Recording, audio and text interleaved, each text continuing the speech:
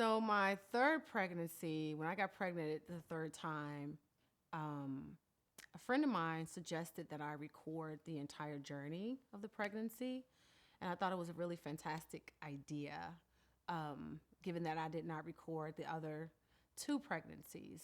So I just decided to chronicle my entire 7 year journey, and chronicle my each month, each phase, each step of this particular pregnancy.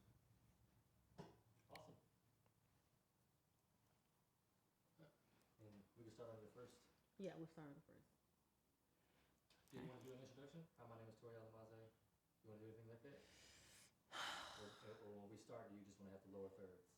What's lower It'll thirds? have your name, Tori Alamaze, and then whatever title you want to, multi-potential, right? Yeah, I tend to not want to overtalk. Okay. Okay, yeah. Whenever you're ready. Okay, I'm ready. On you. So my first pregnancy was 2007. 2007 was when I discovered I was pregnant for the first time. I stayed performing. I stayed rehearsing. I did everything that any first time soon to be mother would do, except I'm an artist. So I have to be on stage and travel. And so that's what I did. Um, I gave birth to my son prematurely. I named him Issa, and I had him at 24 weeks. So I had him at 24 weeks. And I had zero clue about this journey that I was getting ready to be on. So I gave birth to Issa on December 12th, 2008. December 12th, 2008. By that time, my pregnancy, I had been on bed rest. I had to have procedures called vaginal cerclages at that point. All of this was very, very new to me. So I was really learning as I was going along. I naively thought, like most women, that once you get pregnant, you have a baby. And in my case, it was a bunch of doctors, a bunch of needles, a bunch of upside down beds called Trendelenburgs. Um, I still thought that I would be okay, because maybe 18 years before that, my mom had a son who she gave birth to at 6 months. And so he survived. And so surely technology has advanced in the past 18 to 20 years. So I thought, okay, yeah, I had a baby at 6 months.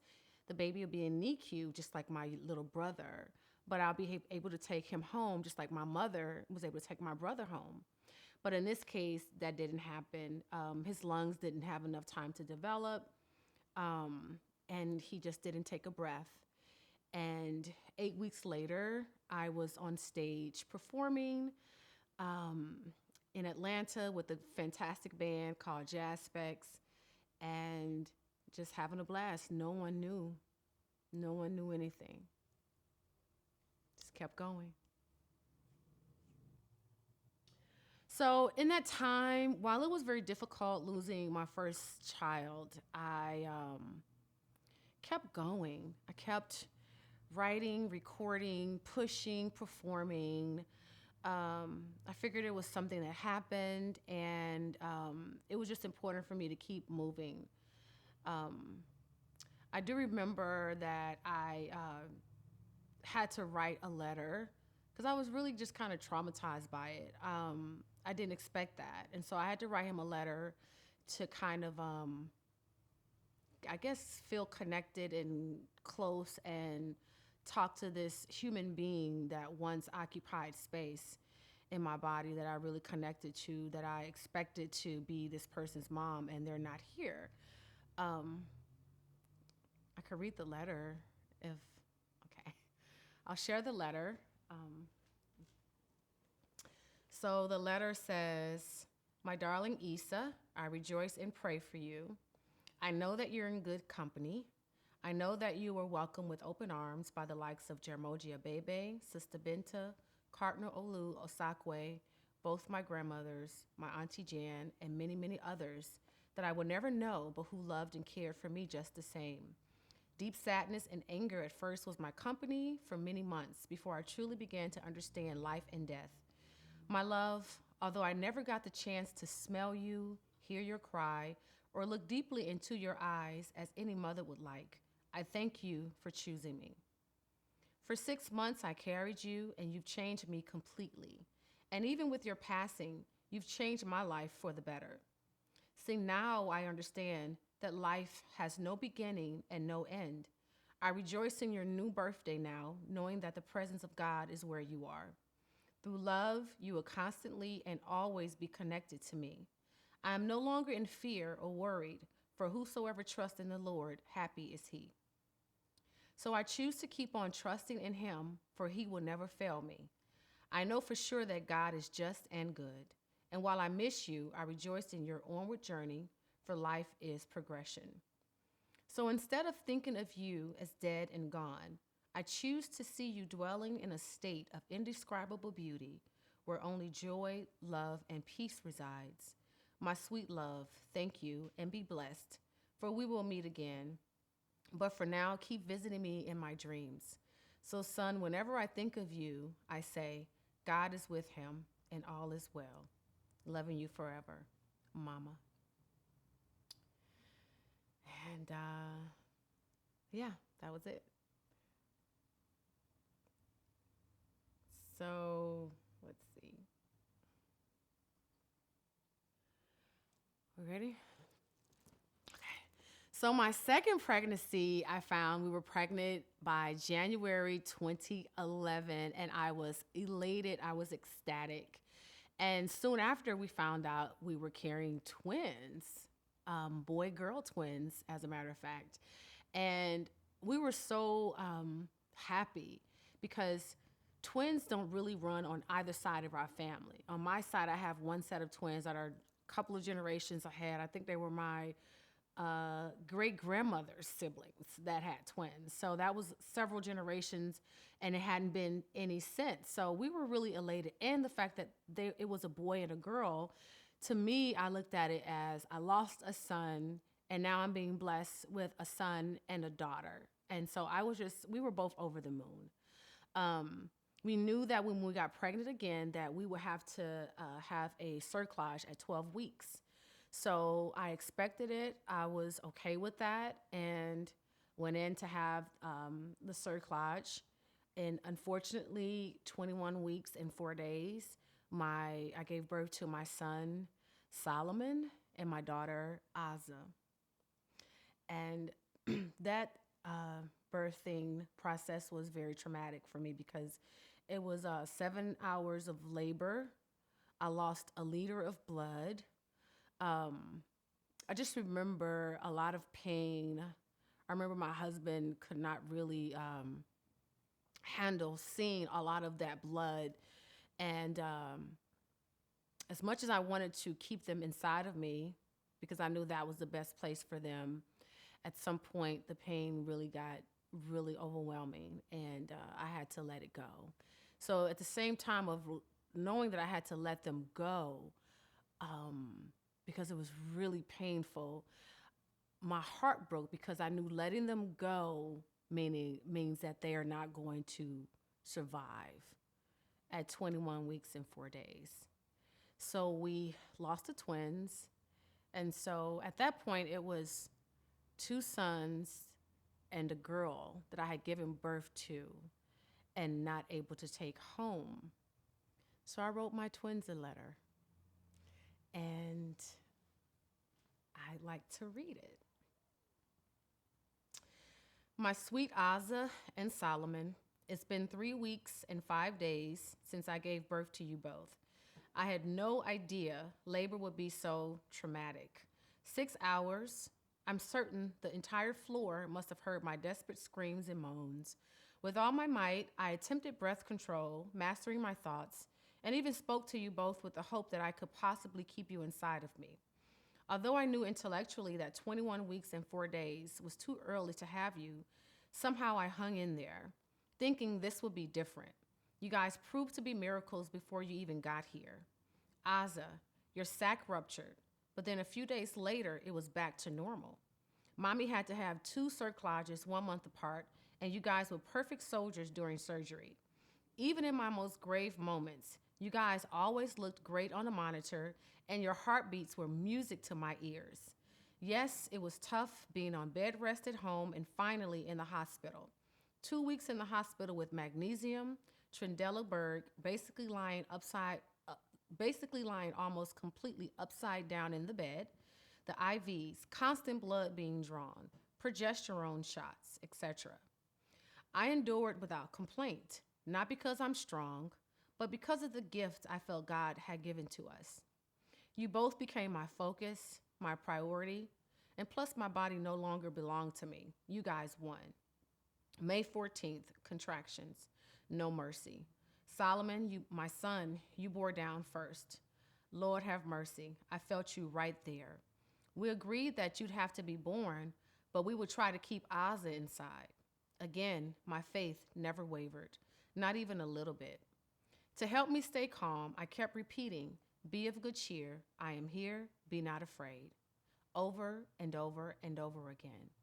I held tight to God's unchanging hand. Solomon came, never bursting from his sack. I looked at Daddy, he shook his head no. I knew what that meant. You hadn't taken a breath. So I said to my baby girl, I'll give you my breath. Just breathe, Aza. Breathe, baby. I'll give you my last breath. She emerged following her brother. I looked up at Daddy again. Same fate, both of you. My twins, my babies. My heart aches. Oh, how I love you and I miss you so very much. I'll never understand why. I recall a quote. It is presumptuous to question God from our limited unitary intelligence. Fortunately, I'm not looking for answers. No, not this time. I'm so honored and blessed that you chose me. When you do your very best, there's nothing left to do but continue to stand to move forward. Aza and Solomon, the presence of God is where you are. Through our love, you will constantly and always be connected to me. No fear, no worry. For whosoever trusts in the Lord, happy is he. I choose to continue trusting in him, for he will never fail me. I know that God is just and good. While I miss you, I rejoice in your onward journey, for life is progression. I choose to see you dwelling in a state of indescribable beauty, where only joy, love, and peace resides. My sweet loves, thank you and be blessed, for we will meet again. But for now, keep visiting me in my dreams. So whenever I think of you two and Issa, I say, God is with them and all is well. Loving you forever, Mommy. So after I, okay. So not long after we had the twins, and at this point, at this stage, we had cremated 3 human beings that we connected with and expected to be a part of our lives. So writing them letters really allowed me to grieve and to not blame myself and not to be in any upset or that something personally happened to me. I realize now everything happens for you. And so writing the letters was amazing for me. The gratitude that I felt after writing to them just filled me up. It just filled me up and it fueled me to get up off the couch and to recognize who I am and that I really want to have children and that I'm capable of having children. And at this point, my diagnosis was incompetent cervix. And I don't really like that word because there really isn't anything incompetent about me or my body. I really just needed some support. Just like if you break a leg, you need a crutch. So I needed support to help facilitate this process of giving birth. So I did a lot of emailing and calling and meeting with professionals who can help me with options that were available to me. I knew, despite people asking me about adoption And all of those things, I knew that I was capable of having children. So I started to also go about the things to help facilitate that. For me, it was eating a little bit more consciously, intentionally, getting rid of habits that I had before that didn't serve a healthy womb. I started to do yoga. I did yoga probably a month after had the twins, and yoga literally saved my life. Um, I had always been strong, and I had been kickboxing and cross country and lifting weights, but I needed to be gentle with my body. I needed to get my core back tight and back strong again. And doing yoga offered me the opportunity really to trust myself. And through yoga, I really learned how to breathe and to surrender. And I was really fortunate to meet my first yoga teacher, Veronica, who was just amazing for me at that time in my life. So I got my womb checked, and I actually did a video probably about less than 2 weeks after I lost the twins about women who wanted to have babies getting their womb checked with a procedure called HSG exam. It's a really long word, histopingogram. I'm sure I'm saying it wrong. So we shorten it with HSG. So I encourage women to get the HSG exam because that's a close examination of your womb, and so that'll help eliminate any scarring, blockages, or any other issue that could be preventing you from carrying full term. After that, the doctors decided that I am an ideal candidate for a procedure called transabdominal cerclage.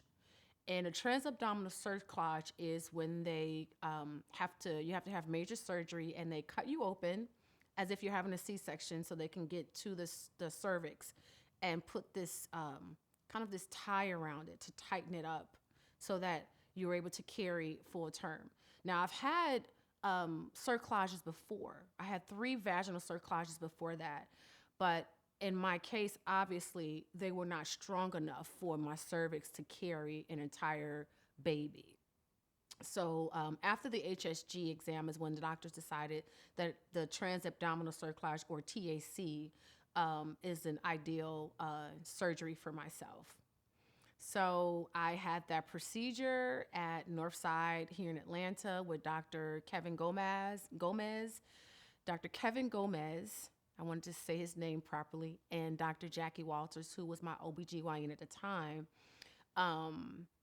And we had this surgery September 2012, and it was amazing. So yoga, swimming, working out, meditating, trusting myself and my body, and actually having my doctors, when I would sit with them, change their language with me. Like, they would just look at your records and say, "Oh, I see you have an incompetent cervix." And my response would be, "I do not have an incompetent cervix. I have a cervix that needs support. There's nothing about me that's incompetent." Okay. And that's how we're going to move forward with our language. And that's how I started to have these conversations with these doctors.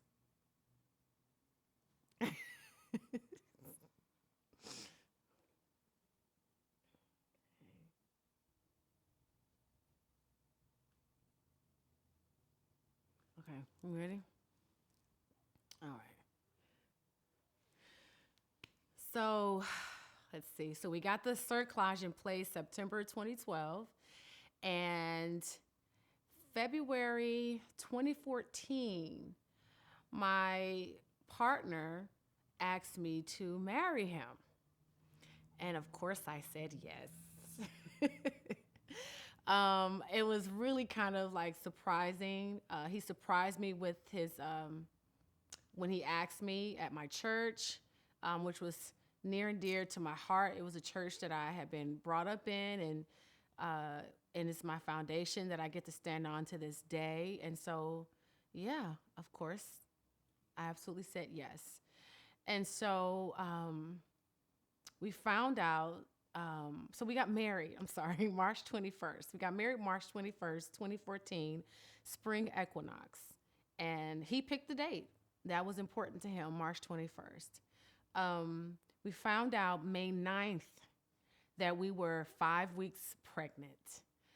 And the first time I found out, at this point, I'm sure a lot of women who have gone through this can relate to this. I didn't realize that I had really been carrying a lot of his pain.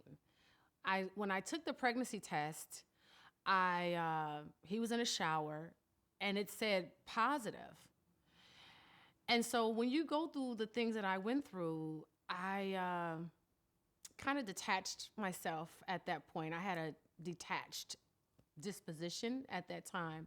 So while it said positive and while my body was screaming with joy, I kept it reserved because I just wasn't sure. And I texted him a picture of the pregnancy test and he got out of the shower. I said, you should check your phone. It's dinging. So he checked the phone and he saw the pregnancy test. And of course he was elated and grabbed me and we're like, oh my God, we're pregnant. It was a weekend. I remember I think it was a Friday. And so I immediately wanted to go to the doctor, but it was a weekend, right? So I found a facility that was open and like open maybe to about 7 p.m. So I quickly went over there because I needed to get this confirmed. Like, am I pregnant? So I went there, they did the test, and yeah, you're 5 weeks pregnant. Oh my gosh. I went immediately to my mom's house. It's the first place I went. I went to my mom's house and I told my mom, and she was so excited. She was so excited. And so, of course, I went to the doctor that following Monday, got everything confirmed. Gosh, I was so excited. But at the same time, I don't know. I was just still like, I don't know. I've lost 3. I'm not sure. So around 9 weeks, I discovered I had some spotting. So I went to my doctor, Dr. Jackie Walters, and she reassured me that all was well and that everything was okay. Given a person with my history, I still was concerned. And I remember going out to lunch with my husband after that, and I didn't say a word to him about the spotting. Not a word. I was used to carrying my stuff and his stuff. I didn't want him to be worried too. Like to me, I couldn't afford to have both of us worried, so it was like, I'll carry it, unknowingly. And that night, we went to bed. This still was in my spirit and the spotting. And I just remember getting up and I was just praying in the middle of the night, like, God, we really want this baby. That part always brings me to tears because I remember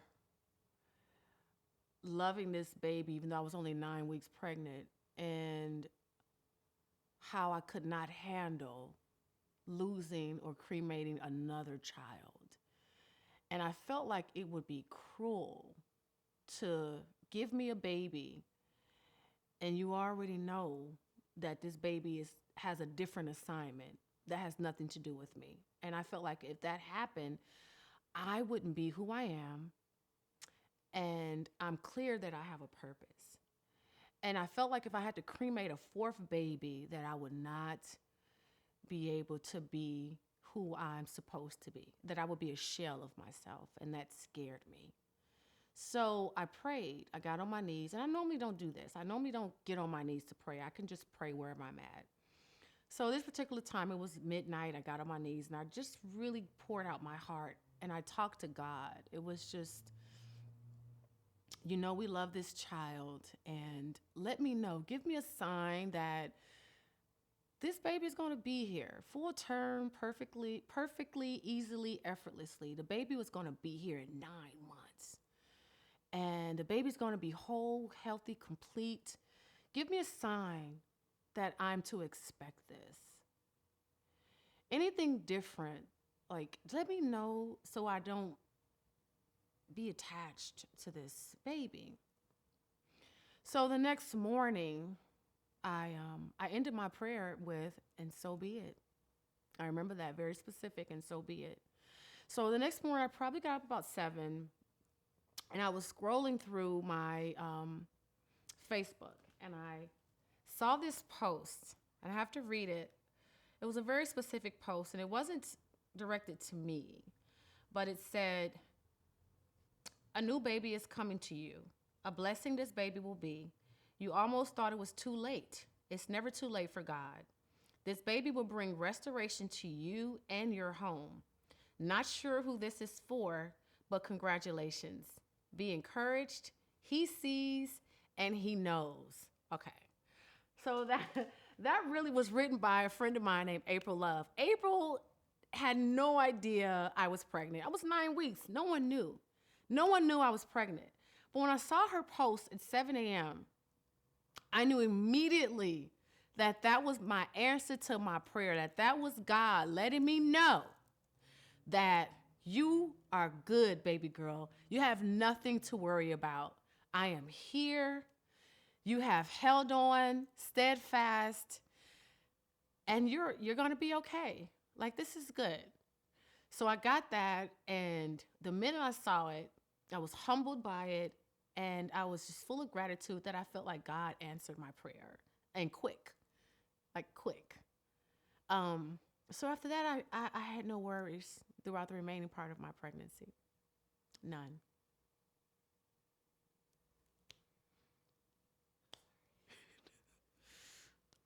I stopped there, Jason, because I needed to pause to get to the next stop. I needed to breathe.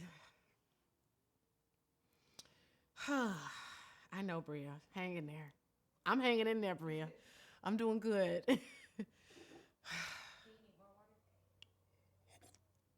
Yes, please. Oh, it's right there on the refrigerator. Just water. Bria, how you feeling? You didn't know all these little details, huh? Yeah. So, and then Jason, at this point, it's just live videos and snippets of me sharing of people getting the pieces of the pregnancy. So I don't really have to say anything about that because it'll be a visual. Like it's just footage of me saying, I'm 6 months or 22 weeks or, things like that. Is there anything It's, you want to use to transition? Because this can just be voiceover if that's the case. um, If you like, just look at that footage real quick. Is there anything that you might want to context or just because we would just use your voice as voiceover? so after I say that my prayers were answered, it's just live video of me sharing different phases of my pregnancy. Do I say that? Yeah, you can. Okay. So you just hit play for each video. Well, I'm not going to say hit play because it'll be. So these are live video of me sharing different phases of my pregnancy from 8 weeks on.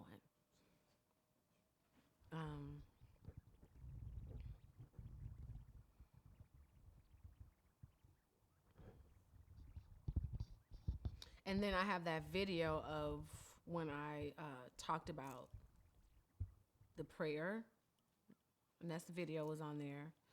I have pictures of the pregnancy test, a picture of when I went to see mom. I have a picture of what April said. I have all this. I have all receipts. All receipts are there, and so basically, I'll just say these are live video of me sharing different phases of my pregnancy from 8 weeks on. And then let me see. Okay.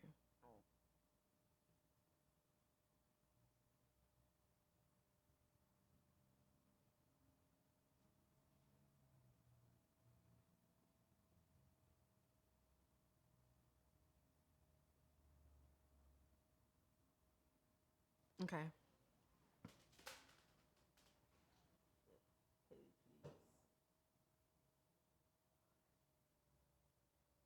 know, Brie, it could be a whole lot, girl. Trust me. No. Okay.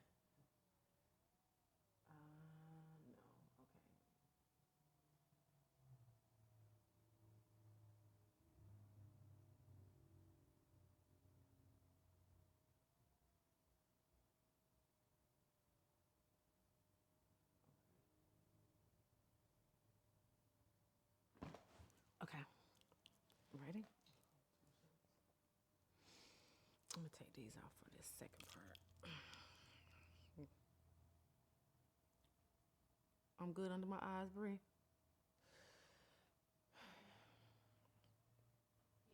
Okay. Go ahead and look at Bree for me. You get perfect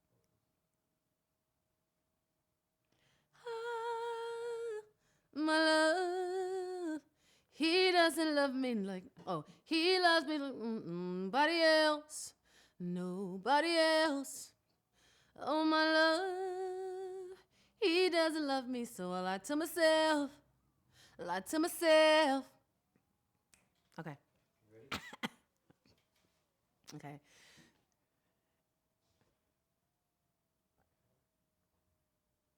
Good? You mean this banana's okay? Or should I move it? Get more fruit.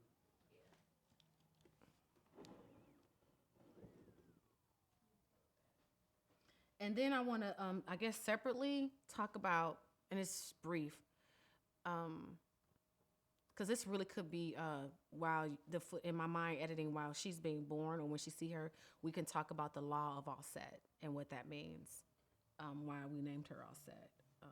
Let me go to that piece.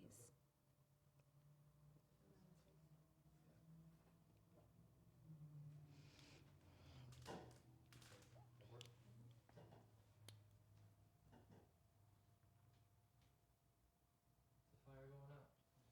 Oh no, we don't go out. As soon as we turn that light switch on, it's on. I'm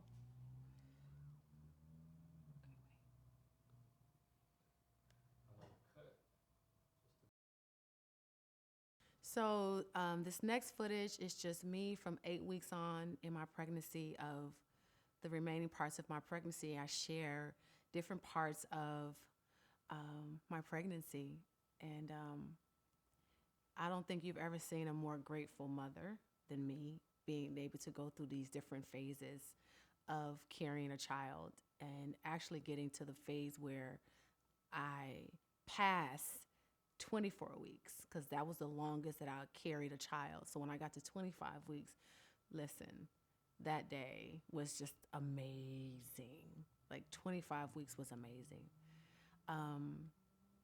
We had Osset. Osset was scheduled for our baby. I'm sorry. I didn't want to say her name. Okay. Our baby was scheduled to be delivered by C-section. Once you have a transabdominal cerclage, you have to have a C-section. And any subsequent pregnancies, you have to have a C-section. So she was scheduled for December 26th. And it's funny because I was going into a couple of Braxton Hicks contractions and went to the doctor. And of course, they did things to stabilize my uterus. And my husband asked the doctor, can she be born on December 21st? Being that we were already having a scheduled C-section on December 26th, he was like, well, can we just have her on December 21st? That's winter solstice. We got married spring solstice. So December 21 is winter solstice. It didn't matter to me. I felt like December 26th was fine. The more time she had to cook, the better. So the doctor looked at his calendar. He said, well, we can't schedule a C-section on December 21st because we don't schedule C-sections on Sundays. December 21st fell on a Sunday. Fine with me, no argument. We left. Guess who came anyway? On winter solstice, December 21, 9:09 a.m. on Sunday. Osset Sophia Jones. She came anyway because she knows her numbers and she understands timing and she's just on it. Like she's just there. And so we were elated the morning of. I really thought that they were going to send me home. I thought they were going to quiet the cervix and wait 5 more days and we'll have her on December 26th. But they looked at me and said, these contractions are close and we're going to have this baby and we're going to prep you like now. And so she was born December 21st, 2014, exactly 9 months to the date, we got married. Exactly 9 months to the day, we got married. Get into that.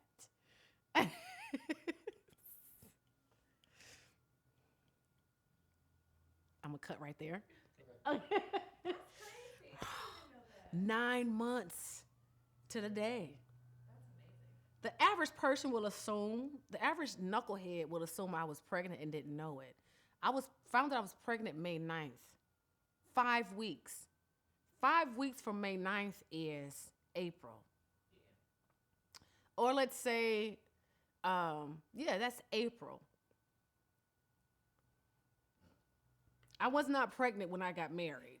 That's all so, and so 9 months to the day. Can you believe that? That's crazy. Okay, and then I have a footage of Darius sharing his stuff about her birth. All this happened without, they was prepping me in the room. He was outside of the room talking about this. So do I need to say something about it, or? No, we can just lead right into it. 9 months to the day, bam, Darius, and then we have your birth video, right? Yeah, first time I saw her. So, yeah. There's one particular special video. Do you want me to say the first time I saw her face? Mm-hmm. I can just say that one line and then cut and then.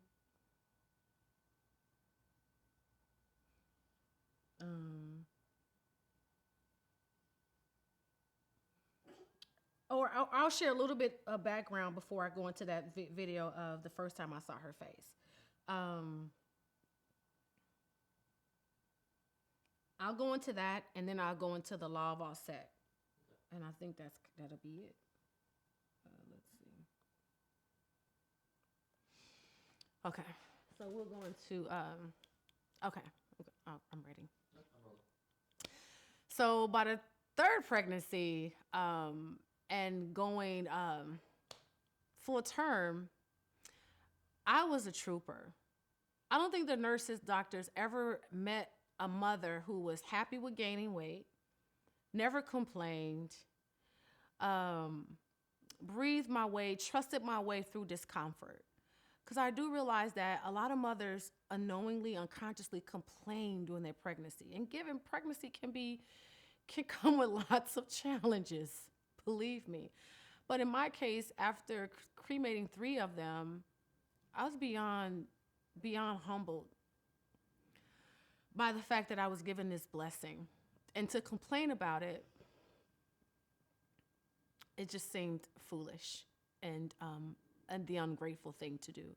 So I remember having really bad, I forget what you call it, the pain that comes up the back of your leg all the way up. I forget the exact name for it, but it can stop you and debilitate you. And I remember having that pain, but I also remember choosing to breathe through it and speaking to myself and that I would be okay. And I was okay. Called a nurse, of course, and just followed the instructions, and I was okay. I just wasn't scared. And I also remember, I had to get the epidural. And for most people, it's scary to have a needle this long in your back. But at this point, I felt like a pro at it because I had several. And I was just looking forward to the numbness so I can have her. So it was easy for me to comply and to have a positive disposition. And I think it made for a feel-good moment and energy in the entire room altogether that I was really, really, really happy and really grateful. And the pain or the discomfort of going through C-sections and all that stuff compared to what I had been through in the past, this was nothing. It was just nothing. I was happy about it and I was prepared for it. And literally, because by this time I had moved to DC 3 months pregnant. So I had gotten a new team of doctors. And so although they had only known me for 6 months, I felt really close to the team. I'm sure they felt close to me. They understood my history. So literally, while we were getting ready to have offset, the doctor let me know that they were getting ready to pull her head. I said, well, let me know so I can brace myself because I wanted to hear her. In the past, I was waiting to hear my children, and it was silence. So in this case, I knew that my baby would be alive and well. So I wanted to brace myself to hear her. So he said, we're getting ready to pull her out. And when I heard her voice, when I heard that scream, that Janis Joplin wail, God, I mean, uh, watching that video to this day, it just always brings tears because when you give birth to 3 babies and you never hear a wail, and then you get to hear a wail, it's the best feeling in the world. It's the best feeling in the world. Hear her cry. So I love the video of when I first got to lay eyes on her and they placed her in my arms and I got to see her for the first time. Oh gosh, that was amazing, as you'll see in the video. Yeah, that's it.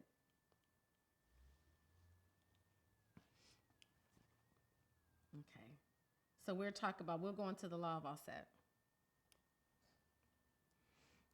Are we ready? Okay. Law of offset. Prepare to sacrifice everything to become the vessel of God on earth, and you will in turn receive everything. I'm going to say that twice. Law of offset. Prepare to sacrifice everything to become the vessel of God on earth, and you will in turn receive everything. Once we decided what her name was going to be and what it meant and the origin, when I ran into this law of offset, I was confirmed that that was her name because I had already gone through everything and had sacrificed so much and was okay with the sacrifice. And I felt like God was preparing me. And in turn, I will receive everything because offset is everything. And that's the law. And that's it. Maze, let me get you to say that one more time without your laptop in your hand. Oh, I got to memorize it? Okay. Yeah, say the exact same thing, or a portion of it. Just the law. Just your feelings about the law. Oh, okay. Confirmed. Okay. When I read the law of offset, I have to say her father named her. He called me at this beautiful, he was at this beautiful, it's called a basilica in Washington, D.C., not far from our house. We could walk there. And he spent a lot of time there. And one day he called and said, I got her name. And the basilica has a lot of beautiful, it's a museum, lots of images of female images, strong female images. And so he told me her name, sent me some links to look it up and what it meant. And I was really satisfied with it. I felt it. I connected with it. It felt right at the time. And then I started to do my own digging and research and came across the law of offset. And boy, this law confirmed everything for me on so many levels. It was prepare to sacrifice everything. Oh, I had sacrificed a lot to the point where I was okay with really sacrificing my own life so that my daughter could take a breath, right? So prepare to sacrifice, but in return, you will receive everything. My God, it made so much sense that I'll receive everything. And she is everything. Offset is everything, and it's the law of offset. It made perfect sense. That was it. Period. You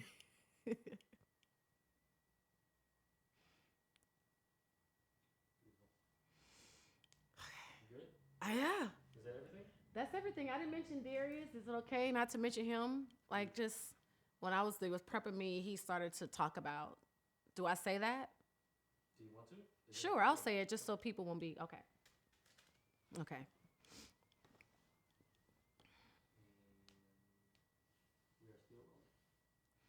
So while they were prepping me in the operation room for C-section, my husband, I had no idea until after, was behind the scenes. He had the thing on to go into the surgery room, and he was filming himself talking about the upcoming birth of Offset. That was right there. That was coming in a few minutes, and I had no idea of how he was feeling or what he was thinking or the journey that we have both been on to carry a baby full term, the losses. And when you see the video, it's so sweet.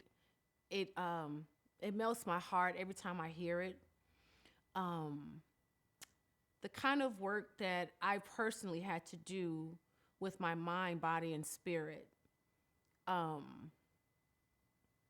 wouldn't change any of those moves, not for a second.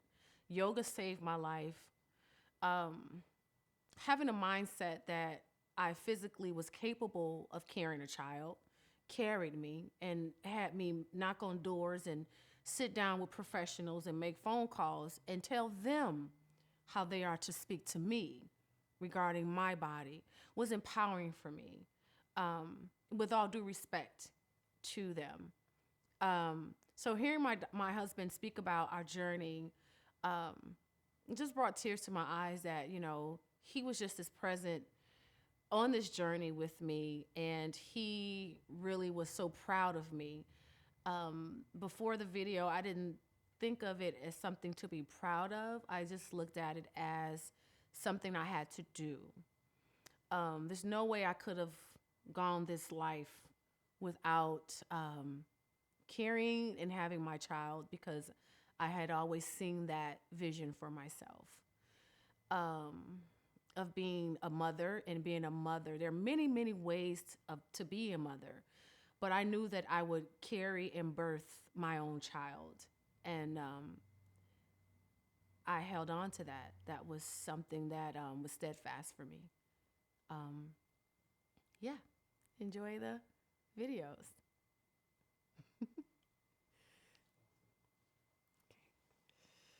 All right. And so we'll see the videos. Is there anything you want to close them? Do you want to say anything in closing? I think there are some gems in there. And I think the closing is when they see the footage of when I first saw Offset, and then the whole room sings happy birthday. I think in some of my language, you'll be able to find a way to close it. Or is there anything in particular?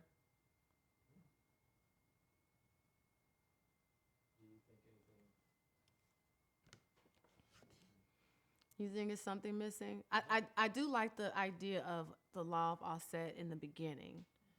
So they see the law, they see your entire journey and the fulfillment of the law, and then they see Offset's birth. So, do you want to end it going from Offset's birth to B-roll of you and Offset now? Yeah, we can do B-roll of me and Offset. Of course, fortunately, she's asleep. And is there anything else you want to say? Period. That could be voiceover or. I do like the footage we did for the HSG exam. Maybe if when I mention it, you can insert I was thinking just that part, or it doesn't have to be me talking. It could just be muted, but of course my mouth is moving, and you talk about. I wanted to be emphasized that I did that, like, I think it was 12 days after. If it's not understood in my language, maybe we can put it in there like video 12 days after the twins. But I do want to emphasize, I want the reader to leave with, especially women, to leave with, because a lot of women say, well, what do I do to avoid it? Let me speak a little bit about that. Okay, I'll speak a little bit about incompetent cervix a little bit. Okay. we're ready. Go? Okay. So when I talk to women or share my story with people who have, lots of women have unfortunately suffered miscarriages, infertilities, all types of losses all across the globe. And my heart goes out to any woman who's expected to bring forth life and give life and prepared her life for that. And it just never happened for whatever reason. And I know exactly how that feels and how crushing that is. I like to, in my case, I was diagnosed with incompetent cervix, and a lot of women have asked me, well, how do I avoid that? And what I've learned through that diagnosis is that you're born with the cervix that you have. Has nothing to do with age. I was 34 when I had my first pregnancy. And so they will try and scare you because of the number. Don't let them. Don't let outside circumstances or a doctor's opinion deter you from what you know is true. So they will try to scare you after a certain age number, which is probably after like 35. So for me, my cervix is just my cervix. Your cervix is just your cervix. It's what you have, what you were born with. And they're all built, shaped differently. And so after I had the HSG exam, which I wholeheartedly encourage women to get if they're thinking of having a baby, not waiting until you're pregnant, but if you're in a season of, okay, I think we want to have a child, get your womb checked. And HSG is a procedure where they put dye into the womb and they're able to see if there's any blockages, or they're able to see if there's any scarring, or fibroids or anything like that where they can possibly take another look at. But if you don't do that and there are some issues, you will most likely have a premature birth, or you most likely will have a miscarriage. So an HSG exam is something that I would encourage women who are wanting to have children to talk to their doctors about. Just bring it up and see what happens. Because the thing about the preterm births, you don't know until you lose babies. You don't know your cervix is incompetent until you lose babies. And a transabdominal cerclage is not something I learned before. It's something I learned after I gave birth to all three of my babies. And so I also want to put that out there.